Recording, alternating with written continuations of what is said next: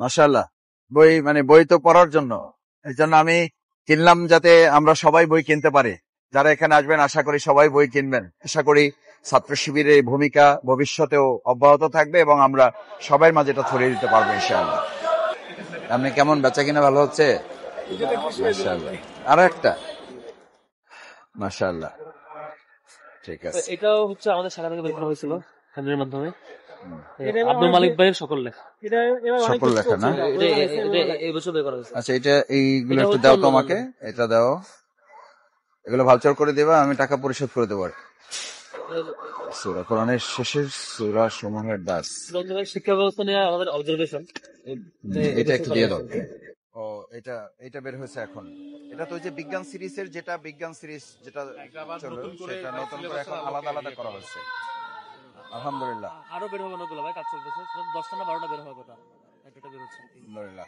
বাংলাদেশ ইসলামী ছাত্র শিবির মেধাবীদের সংগঠন, এটা আর একটা গুরুত্বপূর্ণ উদাহরণ হচ্ছে আমাদের শিক্ষার্থী সন্তান যারা, ছোট ভাই বোন যারা, তাদেরকে বিজ্ঞান মনস্ক করার জন্য আমরা আগামী দিনে যেন ইনভেনশন দেশ এবং দেশের বাইরে বিশ্বে যাতে নেতৃত্ব দিতে পারে, সেটার জন্য এই যে আন্ডারস্ট্যান্ডিং বায়োলজি, তারপরে আন্ডারস্ট্যান্ডিং কেমিস্ট্রি সহ প্রত্যেকটা পার্টে পার্টে আমাদের ছাত্র শিবিরের ভাইয়েরা অত্যন্ত মেধার স্বাক্ষর রেখে খুব সহজলব্ধ করে বিজ্ঞানের এই পার্টগুলো আমাদের শিক্ষার্থীদের জন্য তৈরি করা হয়েছে।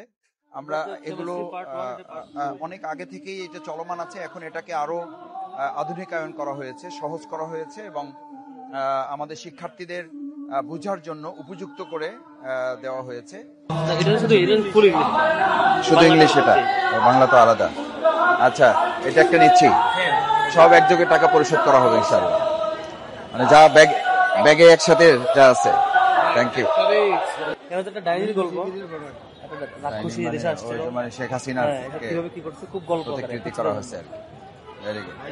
এটা পিছিদের জন্য, এটা হচ্ছে মাঝারি কিশোরদের জন্য, আর এটা হচ্ছে আর্কাইভ। চিন্তা করে বই করা হয়েছে। অনেক ধন্যবাদ। এটা বিশেষ করে এটা ইতিহাসের জন্য এটা জরুরি, আর এটা হচ্ছে ছোটদের জন্য।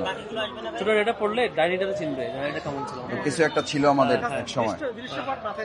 ওদের আর্ট করার জন্য একটা করে জায়গা আছে। হ্যাঁ, এই যেখানে কি পড়ছে এটা সে একটু আঁকবে, মানে তার মন্তব্যটা এখানে দিবে।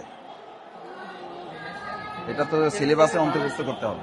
মানে বর্তমান শিক্ষা ব্যবস্থার কাছে দাবি করতে চাই যে বিশেষ করে গল্পে আঁকা জুলাই বিপ্লবের এই বইটা যেন আমাদের প্রতিষ্ঠানগুলোতে সিলেবাসের অন্তর্ভুক্ত করা হয়, এবং তার আগে অন্তত আমাদের যত সরকারি, বেসরকারি, আধা সরকারি, স্বায়ত্তশাসিত লাইব্রেরি আছে, সেই লাইব্রেরিগুলোতে আমাদের বাংলাদেশে গণহত্যাকারী হিসাবে একটা ফ্যাসিস্ট রেজিম তৈরি করার যে খুনি হাসিনা পরিচিত, তার পরবর্তী আর যেন কেউ তৈরি না হয়। আমার মতে এটা পড়লে একটা জাতি সেটার জন্য তৈরি হবে যে আর কেউ যাতে ভবিষ্যতে এরকম উঠতে না পারে। আমাদের ভবিষ্যৎ প্রজন্মকে তৈরি করার জন্য এটা খুবই গুরুত্বপূর্ণ। আমি আশা করব যে আমাদের দেশের বর্তমান শিক্ষা প্রতিষ্ঠানগুলো, বিভিন্ন লাইব্রেরিগুলো এটা সংরক্ষণ করে আমার বর্তমান যে ছোট জেনারেশন যারা, তাদের কাছে, বা যাদেরকে আমরা আলফা জেনারেশন বলি, তাদের কাছে যেন আমরা এটা পৌঁছাই দিতে পারি। মাশাআল্লাহ। বই তো পড়ার জন্য, এই জন্য আমি কিনলাম যাতে আমরা সবাই বই কিনতে পারি। যারা এখানে আসবেন আশা করি সবাই বই কিনবেন।